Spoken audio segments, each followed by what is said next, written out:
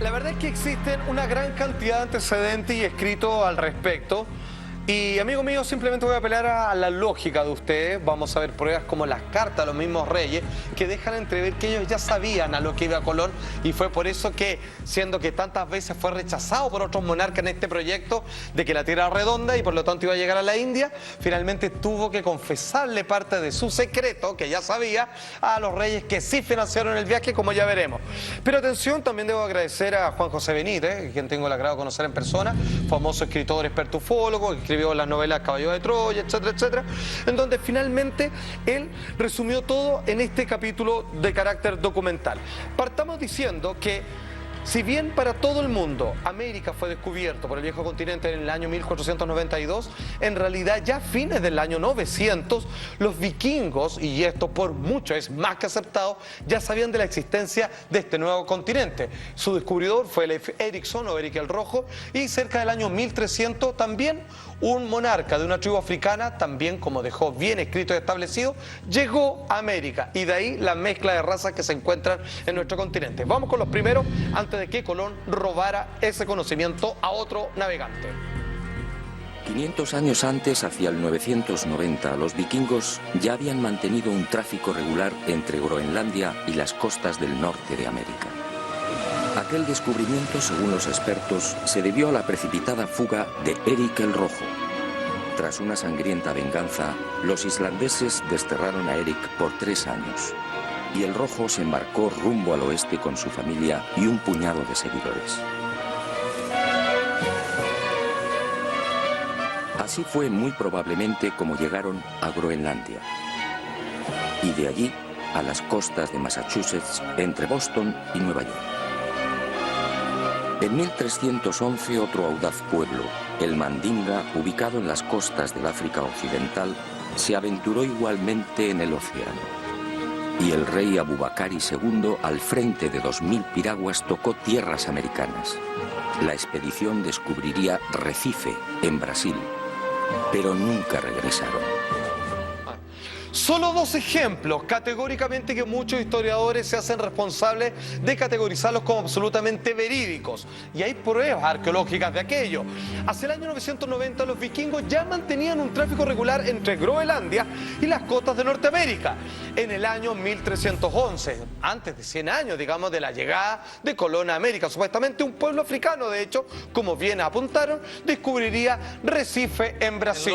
Y que no les extrañe, digamos, cómo es la distribución de raza en nuestro continente, mucho antes de la llegada, por supuesto, de portugueses, españoles y un largo etcétera. ¿Verdad? Atención, amigos míos, hay un dato que es más categórico y con lo cual los historiadores se han hecho los locos. 1492 es la fecha donde Colón llega a América, y ahí tiene que pasar más meses para empezar a traer algunos productos propios de este continente al viejo continente Europa, ¿cierto?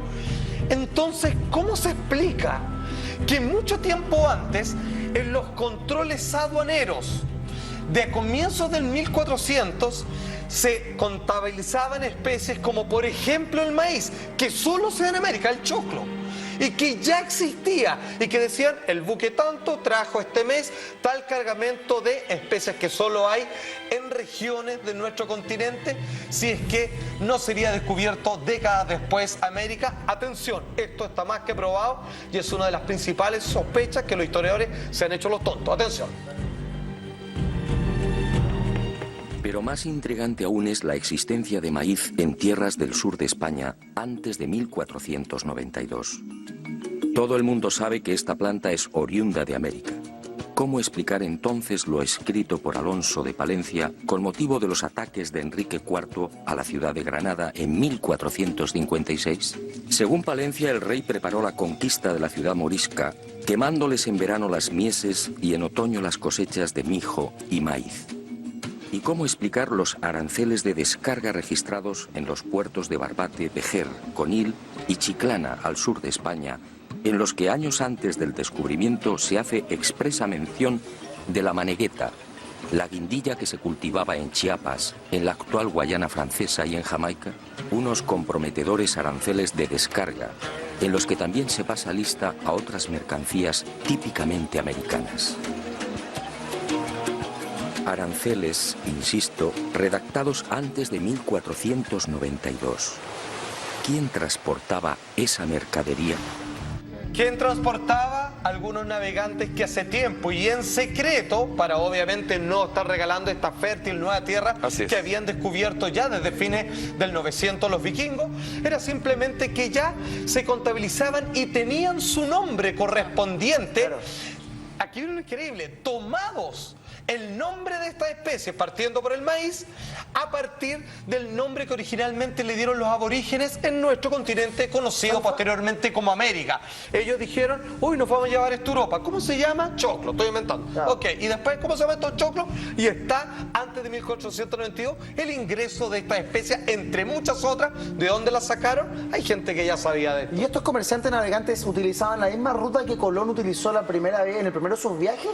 ¿O tenían otra ruta? En el fondo, la ruta que copió Colón, ¿es la ruta de estos comerciantes? Exactamente, la ruta que copió Colón se la sacó a un grupo de estos navegantes que se contagiaron de sífilis porque se quedaron a vivir hasta 2 años en tierras americanas. Cuando decidieron regresar, en su lecho de muerte fue cuando Colón le arrebató este secreto, cuando él, exactamente, y después lo presentó como una gran novedad a los reyes. ¿Cómo pasó ese momento? La historia dice que pudo haber sido más o menos así.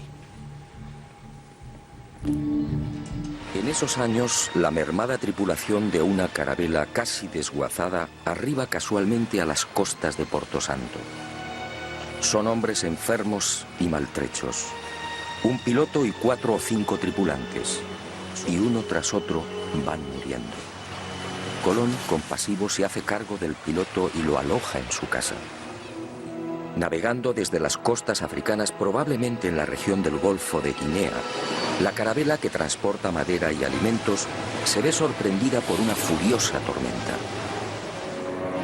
Finalmente, la tripulación escapa del temporal y descubre con asombro que se encuentra en mitad de unas islas completamente desconocidas. Ellos no lo saben, pero los vientos los han empujado hasta el Caribe. Y durante 1 o 2 años, 1476 y 1477, estos hombres blancos navegan de isla en isla. Descubren oro y el piloto va tomando notas de cuanto ve, hasta que un día aquel paraíso se convierte en un infierno. La tripulación, carente de defensas, contrae una dolencia tan peligrosa como desconocida: la temible sífilis.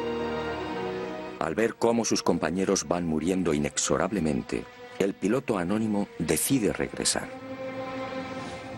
El navegante muere y Colón hace suya toda la información suministrada por el desdichado prenauta. Amigos míos, después como se bromeaba cuando comenzó a expandirse Europa hasta el nuevo continente, se hablaba de la sifilización, que era, digamos, una enfermedad propia de este continente, pero que sin embargo fue transportada por estos marineros que no tenían el sistema inmunológico para tales efectos. Colón, compasivo, no puedo dudar de eso, si hasta ese momento no sabía qué secreto portaba el prenauta, como dice este documental de Benítez, aloja al piloto de la carabela en su casa, el navegante muere y Colón hace suya toda la información proporcionada por el desdichado prenauta. ¿Quién sería este hombre? Algunos lo han identificado como el siguiente hombre. Ahí está su estatua. Sería el señor Alonso Sánchez de Huelva, marinero comerciante. Se dice que habría nacido precisamente en Huelva a mediados del siglo XV. Habría llegado a América antes de que lo hiciera Cristóbal Colón, está más que claro. Y motivo por el cual es también conocido como el prenauta. Así es como se le llama los historiadores este misterioso personaje. ¿Y esta estatua es en favor de que él fue el primero, fue antes de Colón o por alguna otra razón? No, simplemente por excelso navegante que era nada más. Claro. O sea, muy prolífico y todo lo demás, porque era, digamos, una verdadera figura dentro de su pueblo natal. O sea, existió esta persona. Claro. Claramente. O sea, lo que me parece, Salfate, entonces, que en el fondo no fueron los primeros que descubrieron América, sino que fueron los primeros que invadieron América. De alguna manera. Porque los otros lo conocieron, pero no lo invadieron. No se apropiaron. Exacto, no lo tomaron como suyo, vale decir, no fueron a hacer vida. Porque está bien así, en el fondo, no era suyo. Claro, porque rescataban oro, ¿cierto? Pero en escasas cantidades pues, se necesita, digamos, toda una gran maquinaria para aquello. Sin embargo, sabían que era rico en especies, incluso tuvieron relaciones con sus mujeres. De alguna manera encontraron una especie de paraíso virgen para como el continente europeo era en aquel entonces. Sin embargo, fíjense que lo que hoy día queremos demostrar es que con todos estos antecedentes que Colón no descubrió América, pero escúchenme, no solo estamos hablando por el hecho de que le robó la información a alguien, sino que no descubrió nada si tú ya sabes que está ahí. Claro. Porque él, ¿qué pesca vendió? Que la tirada redonda y que navegando en esa dirección iba a llegar a la India. Capaz que finalmente ni siquiera sabía que era tirada redonda. Pensó que quizás era hasta todavía más plana, pero que llegaba más allá. Y aquí viene el punto clave, amigos míos. Él no le cuenta a nadie lo que sabe. Inventa esta chiva de que la tierra es redonda y que obviamente puede llegar a la India. Y comienza a vendérsela a distintos monarcas. Pero todos, nadie le compra. Es demasiado fantástico lo que expone. Por ejemplo, fue cuando tuvo que salir de Portugal. Y solo cuando empezaron a cachar de que alguien podría saber su secreto, para que conseguir plata, tuvo que contar parte del mismo. Pero así de mal le fue al principio en Portugal. Atención. Sus primeros movimientos prudentemente lo llevaron hasta la región de Guinea. Pudo ser en 1482 o 1483. Colón, siempre minucioso, trata de verificar las informaciones del prenauta. Intenta comprobar in situ la dirección de los alisios y de las corrientes dominantes. El piloto anónimo estaba en lo cierto. Vientos y corrientes marinos empujan a los navíos hacia poniente. Y sin demora, Cristóbal Colón ofrece su sueño al rey portugués. Corría el año de 1484. De haber aceptado su propuesta, el futuro almirante de la mar Océana habría partido desde Cabo Verde en el mencionado Golfo de Guinea. Pero Juan II lo despacha con cajas destempladas. Colón desaparece y se traga la rabia. Lo que Colón no supo en esos momentos es que el rey, a sus espaldas, resolvió mandar en secreto una carabela. Pero la carabela, enviada con brevedad a las islas de Cabo Verde, no halló lo que dijera Colón. Y el proyecto colombino, como el de Toscanelli, fue olvidado por Juan II. Colón supo de la turbia maniobra del rey portugués. Colón entonces tomó la decisión de abandonar Portugal. Vale decir, se lo cuenta a los monarcas portugueses. Los portugueses no le compran mucho. O le compran y no lo pescan. Y no lo pescan para quedarse ellos con el crédito, pero la divina providencia lo decidió así que se desviaron y no llegaron finalmente. O dijeron, sé que estamos navegando ya demasiado tiempo. Por lo tanto, la pesca que le había vendido ellos dijeron es mentira. Exacto, devolvámonos, no pasa nada. Entonces, aquí es cuando Colón decidió lo siguiente. ¿Saben qué? Voy a tener que contar parte del secreto para que alguien me financie. Claro. Y amigos míos, aunque esto no lo crean, los reyes católicos de España, fíjense que sabían de esto. Y hay por lo menos 3 deslices, 3 pruebas en sus cartas, en los sueldos, que ellos no decían, ojalá que te vaya bien, Colón. Ya sabían lo que iba a ocurrir. Yo jamás había reparado en esto hasta que vi este documental. Como los reyes católicos, porque Colón se los contó y por eso recibió la plata y el financiamiento, ya sabían que iba a encontrar lo que después se llamaría América. Atención, un pequeño adelanto. Al designar a Diego Rodríguez Prieto como el hombre que debía facilitar las carabelas, la ordenanza real fija su sueldo en 4 meses. ¿Cómo sabían los reyes católicos la duración del viaje? Resulta muy sospechoso que solo se equivocaran en 2 semanas. Atención, amigos míos, ese fue tan solo un adelanto. Nosotros hoy día nos hemos dedicado, a través de este documental de Juan José Benítez, que Cristóbal Colón no descubrió América. Llegó en nombre oficial de los Reyes Católicos de España, pero estricto rigor ya sabía con lo que se iba a encontrar. ¿Por qué? Porque los tomó los secretos del llamado prenauta. Atención, ¿qué se encuentra? Y está en las bitácoras, hombres blancos, por la mezcla de razas de los que ya vinimos primero. Tenemos prueba que los reyes católicos le pasaron dinero porque ya sabían lo que iba a encontrar y está escrito de puño y letra de los monarcas españoles. Todas esas pruebas al regreso de esta breve pausa comercial. Hoy día, amigos míos, hemos traído impactantes pruebas. A ver, simplemente estoy hablando de la lógica de que todo parece indicar, y la verdad es que la cantidad de pruebas son muchas más, de cómo sabía qué rutas tomar Colón, pero hay otros datos impresionantes que incluso parecen indicar que los reyes católicos españoles que financiaron el viaje lo hicieron porque finalmente Colón tuvo que decir su gran secreto a ellos y ellos sabían incluso cuánto se iban a demorar en llegar. Si sabían que se demoraban 4 meses, ¿por qué no es casual entonces que el sueldo para todos estaba pactado en 4 meses? Si no sabían si se iban a demorar 1 año, 6 meses. Esa es una de las pruebas. Y hay más. Los reyes españoles y por supuesto Colón ya sabían dónde estaba América. Concluida la conquista de Granada por los reyes católicos, los monarcas firman las llamadas capitulaciones de Santa Fe. Un documento insólito. Una aprobación del proyecto colombino con un encabezamiento muy elocuente. Las cosas suplicadas que vuesas altezas dan e otorgan a don Cristóbal de Colón en alguna satisfacción de lo que ha descubierto en las mares oceanas. ¿De lo que ha descubierto? Estábamos en abril de 1492. Colón tuvo que confesar parte de lo transmitido por el desdichado piloto anónimo. Pero obviamente silenció la fuente y mantuvo como suyo lo que era de otro. Los reyes católicos, al entrar en detalles, cometen 3 indiscreciones que confirman cuanto sostengo. Conceden a Colón los títulos de virrey y almirante y le otorgan 1/10 de cuanto se consiga en esas tierras incógnitas. En buena ley todo esto debería de haber llegado después. Evidentemente los reyes católicos tenían una información privilegiada. El tercer desliz es mucho más elocuente. Al designar a Diego Rodríguez Prieto como el hombre que debía facilitar las carabelas, la ordenanza real fija su sueldo en 4 meses. ¿Cómo sabían los reyes católicos la duración del viaje? Resulta muy sospechoso que solo se equivocaran en 2 semanas. A ver, vamos por parte. Primero lo leo. Al designar a Diego Rodríguez Prieto como el hombre que debía facilitar las carabelas, los reyes fijan un sueldo para él en 4 meses. ¿Cómo sabían los reyes católicos la duración del viaje? Solo 2 semanas. Y porque tuvieron un desvío, no llegaron al principio donde querían. De hecho, estaban a 10 días del punto donde él quería llegar, digamos, por las riquezas de oro. Atención, eso no es todo. Él le dice, cuando llegues allá, yo te declaro virrey, pero ¿cómo se va a la India? Si tienen monarcas, pues bonito, no te puedes declarar virrey de una ciudad y una nación establecida. Y le Virrey, dice, almirante y virrey. exacto, le dice, y además te voy a dar el 10% de lo que encuentres. ¿Qué va a encontrar? Se supone que van a hacer contacto con un país establecido más antiguo que la propia España.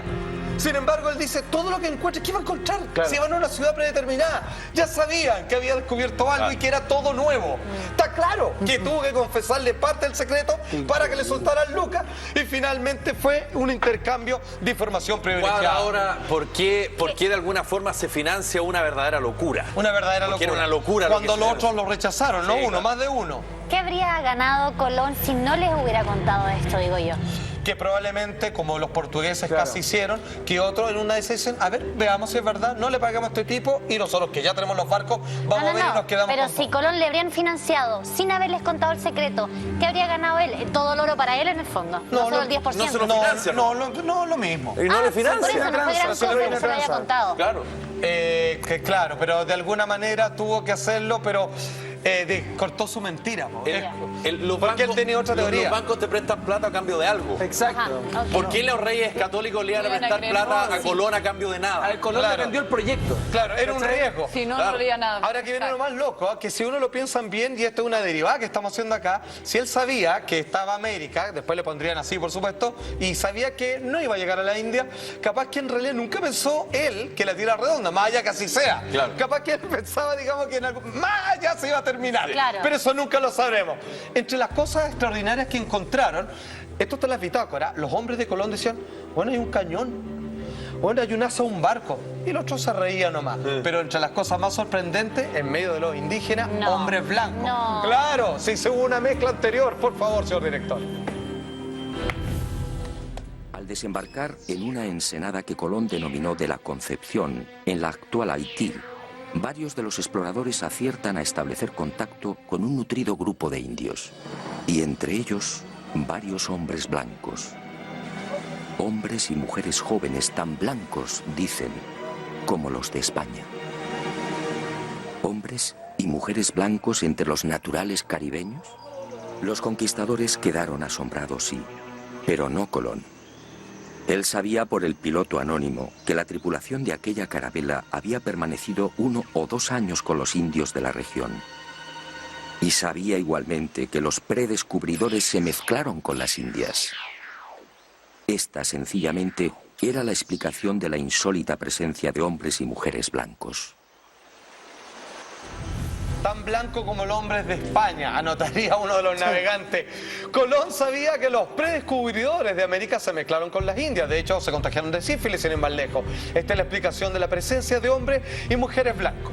Atención, amigos míos.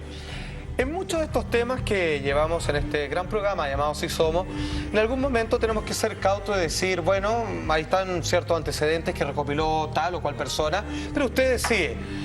Pero dado la abrumadora cantidad de pruebas, yo me cuadro, pero ciega y absolutamente, de que Colón sabía con lo que se iba a encontrar. En este caso, yo no digo usted decide, sino que claramente Colón no descubrió nada, sabía a dónde iba a llegar. Bueno, pero usted decía.